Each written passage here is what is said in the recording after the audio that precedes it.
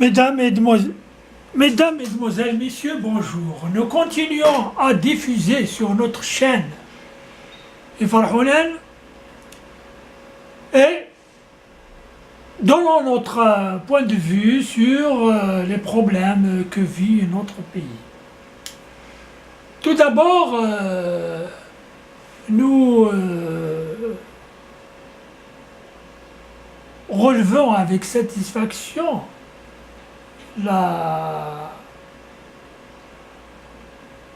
le résultat du dernier Conseil des ministres présidé par le président de la République, notamment en ce qui concerne deux textes de loi relatifs à la protection du consommateur et à la mise en place des voies et moyens pour accélérer la mise en service de Tamazirs à l'intérieur du pays. Il n'y a pas de hiérarchie entre les deux points. Si j'ai cité le premier, qui concerne la protection du consommateur, et Tamazirs en second lieu. Mais l'un comme l'autre attire notre attention parce que ça concerne le peuple algérien, ça concerne notamment la santé du peuple algérien, santé physique, protection du consommateur, et en ce qui concerne Tamazirs, je dirais même la santé mentale. Parce qu'un peuple qui est privé de sa langue ancestrale est un peuple malade, est un peuple préfabriqué, un peuple artificiel. Donc, en ce qui concerne Tamazirs, le pouvoir algérien a tranché. J'espère qu'il continuera dans la bonne voie, en ne jouant pas au chat et la souris, en acceptant la graphie arabe dans la transcription de Tamazirs. Il n'y a aucun complexe, il n'y a aucun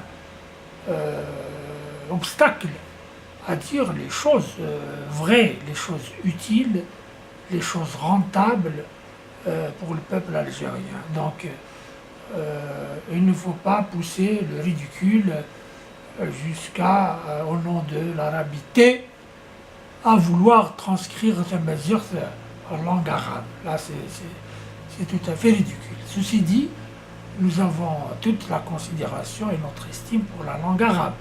C'est notre langue que nous maîtrisons, que nous voulons prospère, développer et généraliser. Ce n'est pas pour autant donc qu'il faut priver aussi la langue Tamazirs de son développement, de son épanouissement naturel.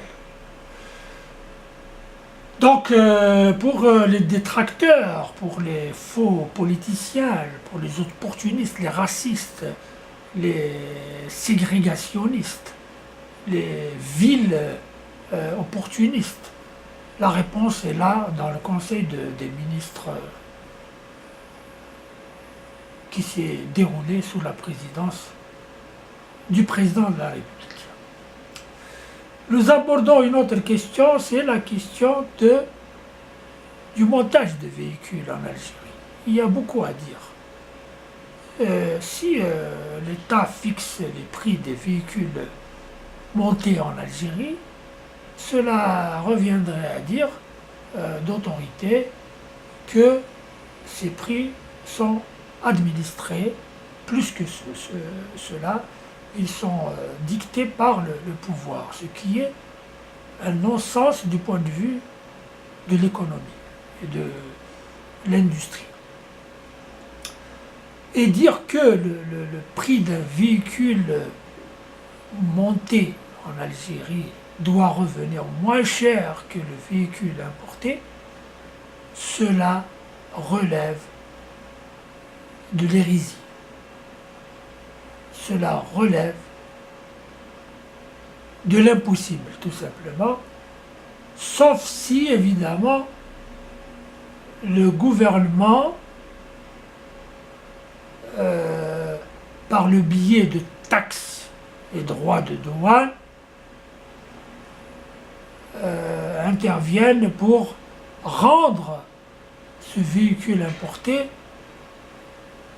plus cher que le véhicule monté en Algérie. Ce qui est évidemment une façon d'encourager les industriels, entre guillemets, qui font le montage de véhicules en Algérie, à dormir sur leur laurier, sur leurs deux oreilles. Ce qui n'est pas de nature à stimuler la compétitivité. Je suis d'avis donc à ce que les prix soient fixés par la concurrence, par l'offre et la demande. Et limiter le nombre de firmes de montage de véhicules en Algérie est aussi une façon autoritaire, mécaniste de développer le pays. Or, la règle d'or du développement économique est justement ce qu'on appelle l'offre et la demande. Donc il faut ouvrir le créneau du montage de véhicules en Algérie à tout le monde, que le meilleur l'emporte. Il n'est pas question d'offrir sur un plateau d'argent une demande de véhicules qui sont véhicules nécessaires de nos jours. Les voitures, c'est devenu un moyen, un instrument de travail, de plaisance, de déplacement incontournable. Et donc offrir cette demande à des protégés, je ne dirais pas du pouvoir, à des protégés de ceux qui ont le bras long, serait livré donc le consommateur pieds et poings liés à ces chapardeurs. C'est des chapardeurs, ce n'est pas des industriels. Si l'État doit protéger le marché d'un monteur de voiture, cela ressemble bien à ces concessions des pays du Moyen-Orient qui sont réservées à la descendance et aux relations des monarchistes, de ceux qui ont le pouvoir dans les pays du Golfe. Donc, ce qui ferme la porte aux citoyens lambda à l'accès à cette participation à l'industrialisation du pays et, par voie de conséquence, à l'enrichissement licite, donc par le travail, par le commerce, par la compétitivité. Donc cette politique de limiter le nombre de monteurs de véhicules n'est pas, de mon point de vue, juste. Elle comporte cet aspect ségrégationniste, je dirais ce piston qui vous donne accès à ce club et qui ferme la porte peut-être à des opportunités, à des compétences, à des moyens financiers licites. Donc, il y a à revoir cette pratique. Elle doit être revue. Elle doit être ouverte. Donc, le secteur du montage de véhicules doit être ouvert à toute bonne volonté, à toute compétence, à toute intelligence que le meilleur l'emporte. Que le meilleur l'emporte. Nous allons vous parler également du secteur de l'importation de produits alimentaires ou de produits d'équipement. Je pense, de mon point de vue, qu'il faille faire un distinguo entre les produits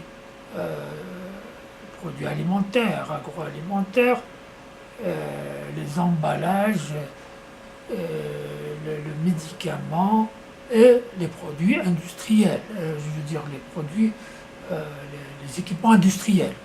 Donc, de mon point de vue, il n'y a pas lieu de limiter l'importation d'équipements industriels. Il faut que cette limitation doit être axée sur les produits que je dirais superflus. Superflus, pas dans le sens où ils sont inutiles, mais dans le sens où il y a une production abondante nationale. Par exemple, les produits laitiers, le lait, les fromages, il y a suffisamment de produits pour couvrir la demande nationale. En ce qui concerne les produits de l'agriculture, notamment les fruits, même les légumes que l'on voit sur le marché qui sont importés. Je parlerai des pommes, de la banane. Je crois qu'il faut faire une distinction entre ce qui est utile du point de vue de la demande, ce qui vient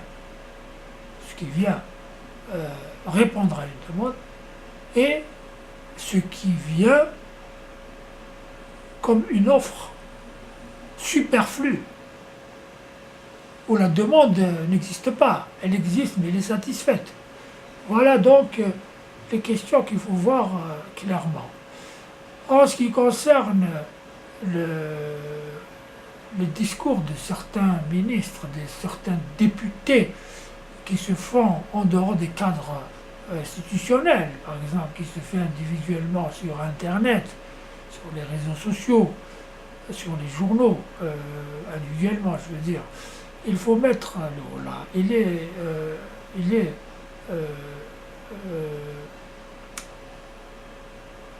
moral, il est utile de prévoir des sanctions contre certains dépassements qui appellent à des révoltes ou à c'est des appels carrément au racisme, au crime. Donc ces dépassements doivent être sanctionnés. Il y a un autre aspect qui me semble utile de moraliser, c'est la poursuite de certaines dilapidations, et du moins ces présomptions de dilapidation. Et si on accuse, si la presse, si les réseaux sociaux accusent une personnalité de détournement en fournissant des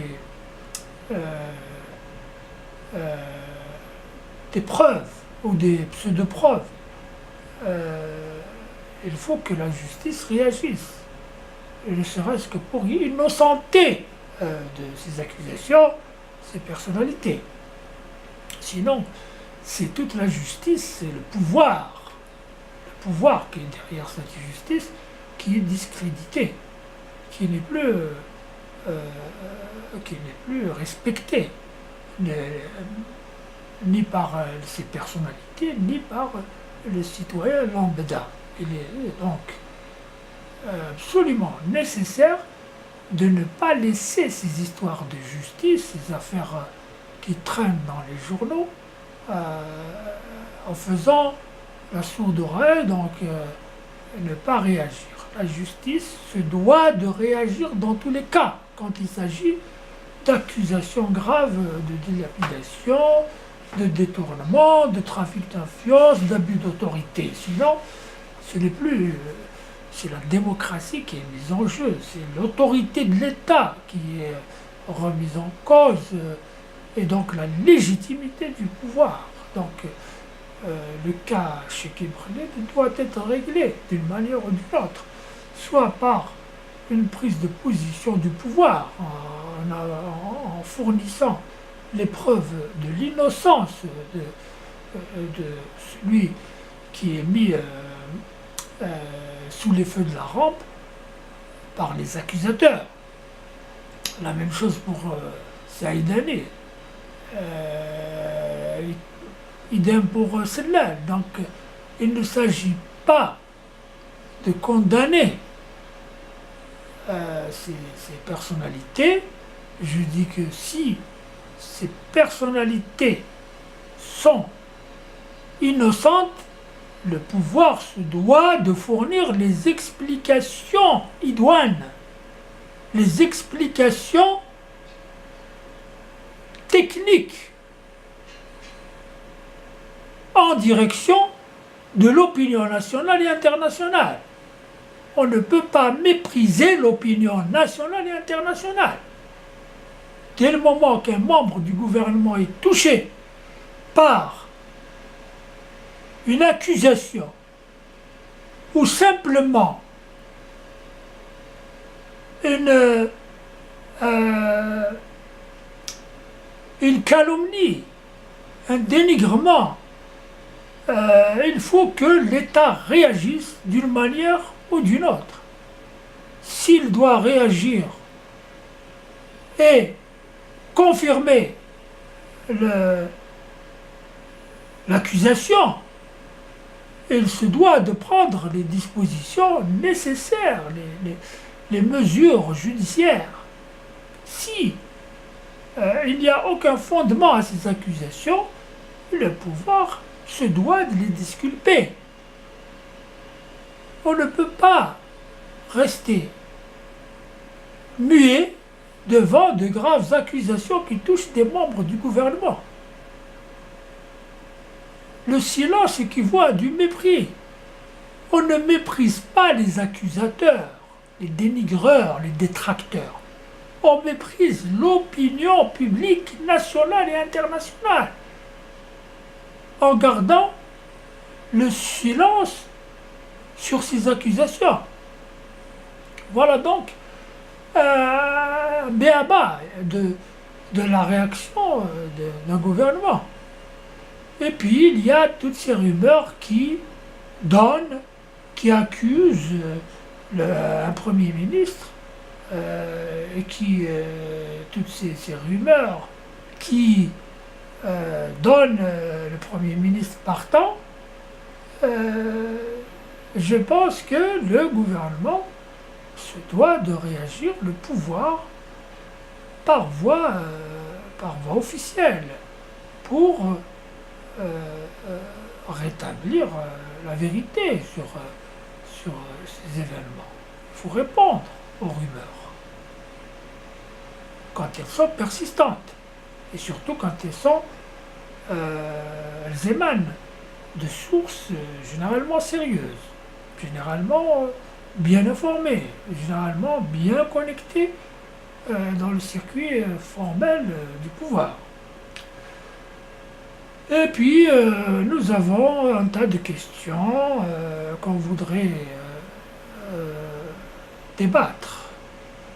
Il faudrait que le débat soit public.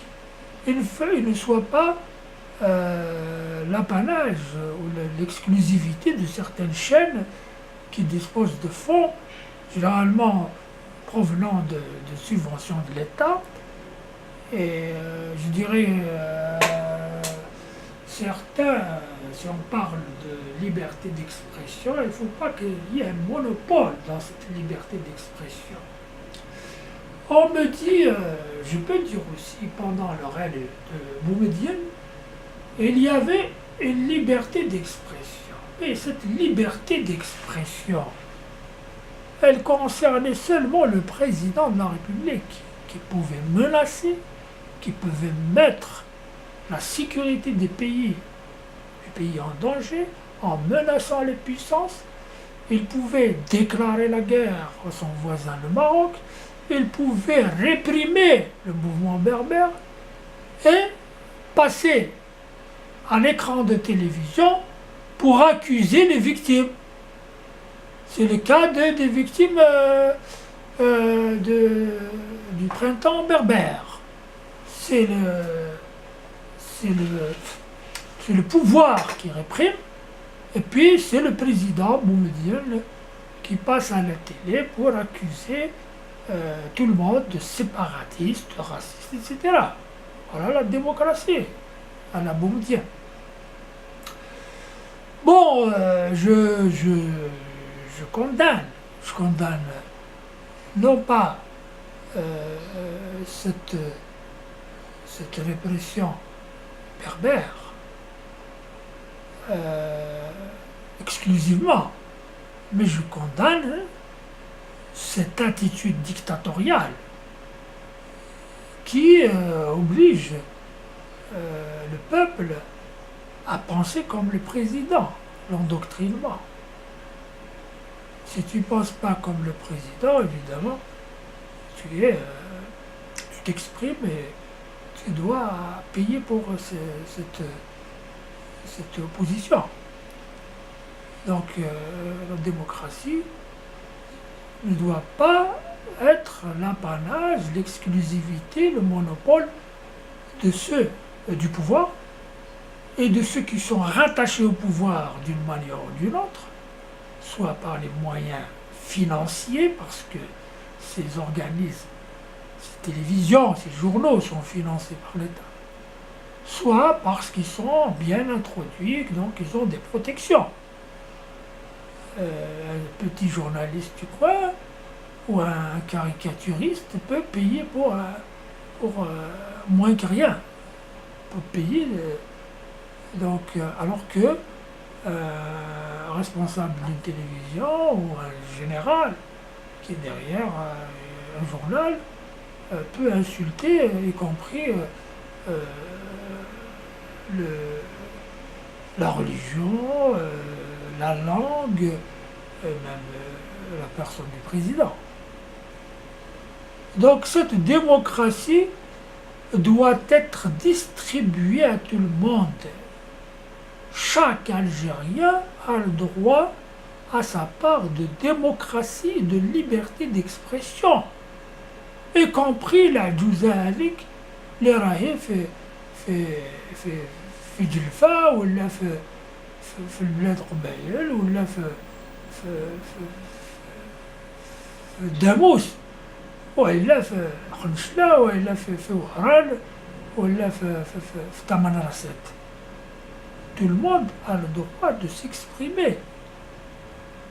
Et personne n'a le monopole de la vérité. Ce n'est pas parce qu'on est général ou qu'on est directeur d'une chaîne de télévision que forcément nous détenons le monopole de la vérité. La vérité, elle est répartie entre les membres d'une société. Elle est diluée dans la masse. Il faut simplement l'accueillir comme on cueille le beurre dans le lait à l'intérieur d'une baratte. Pour ramasser ce beurre, il faut un certain nombre de litres de lait passés à la baratte qu'il faut filtrer progressivement jusqu'à ce que l'on extrait cette crème du lait. C'est la crème du lait. Donc, je considère que la vérité, c'est la crème de la masse de la population entière. Ce n'est pas pour rien que les Japonais, pour rendre performantes leurs entreprises, ont créé la boîte à idées à l'intérieur des entreprises. À savoir que tout ouvrier qui a une idée, il a transcrit sur un bout de papier qu'il met dans une boîte aux lettres qui est réservée à cet effet. Et la somme de toutes ces idées forme la science. C'est ça la science. C'est ces idées-là, c'est l'esprit de tout un chacun qui réfléchit. Le concours de ces esprits nous fait aboutir à la solution des problèmes. Donc, on ne fait que le classement, on fait la hiérarchisation de ces idées et on voit la possibilité de leur applicabilité. Donc il y a beaucoup à apprendre dans la démocratie. Et il ne faut pas rater le coche aussi, attendre le siècle suivant pour que la démocratie s'installe en Algérie. Il n'y a pas lieu d'attendre. Il ne faut pas dire que le peuple algérien n'est pas mûr pour la démocratie, n'est pas mûr pour ceci. Si vous dites ça à vos enfants, vous en faites des attardés. Ils auront 40, 50 ans et seront toujours des attardés. Ils ne prendront jamais de décision. Ils ne réfléchiront jamais individuellement. Il n'y a pas lieu d'attendre pour que la revendication de liberté d'expression, de démocratie, soit satisfaite. On ne leur donne pas la démocratie, on ne leur donne pas la liberté d'expression. On leur rend ce qui leur appartient. On les laisse jouir de leurs droits imprescriptibles. C'est comme un enfant qui a un jouet, il lui appartient, même si le père de famille, c'est lui qui a dépensé, mais une fois que le jouet est entre les mains de l'enfant, il lui appartient. Il n'est pas question de lui retirer ce jouet. Il est à lui. Si vous voulez avoir ce jouet, vous lui demandez sa permission. Vous lui dites, est-ce que vous pouvez me prêter ce jouet? Je vais le prêter à votre frère. Mais si vous lui enlevez pour le donner à un autre, ça, c'est de la dictature. De la dictature. Absolument. Donc, je fais un peu un comparatif entre la langue tamazight et la langue arabe. Il n'a jamais été question d'enlever quelque chose à l'arabe pour l'attribuer à tamazight, et vice-versa. Que ces arabisants bornés arrêtent d'épiloguer, d'inventer des chimères en disant que tamazight est une langue d'origine française, coloniale, sioniste. Ceux qui disent ça ne sont pas des Arabes. C'est tout simplement des voyous. C'est des vandales. C'est des sauvages. Parce que le véritable arabe ne dit pas ça.